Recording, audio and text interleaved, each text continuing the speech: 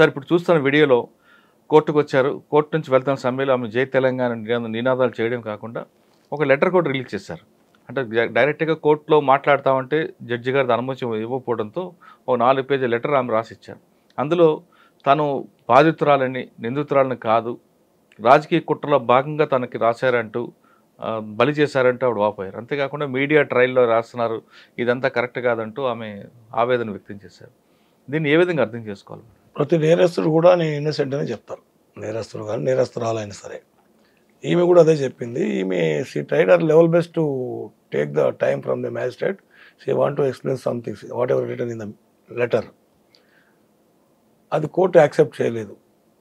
తర్వాత ఇంకా ఏం రాసిందంటే ఇవే, నేను నిరపరాధిని, ఇన్నోసెంట్ను, కావాలని నన్ను ఇరికిచ్చారు, నాకు దీనికి ఎలాంటి సంబంధం లేదు, నాకు మీడియా ట్రోల్ చేసి టైం అండ్ చేయడం మూలంగా రాజకీయ కుట్రలో భాగంగా నన్ను ఇరికిచ్చిందనే ఒక కాన్సెప్ట్ చెప్పింది. సరే, ఏదేమైనా ఎవిడెన్స్ లేనిదైతే ఎవరు ఇరికియరు కదా. Number 1 point Murali, such a big case ఇది.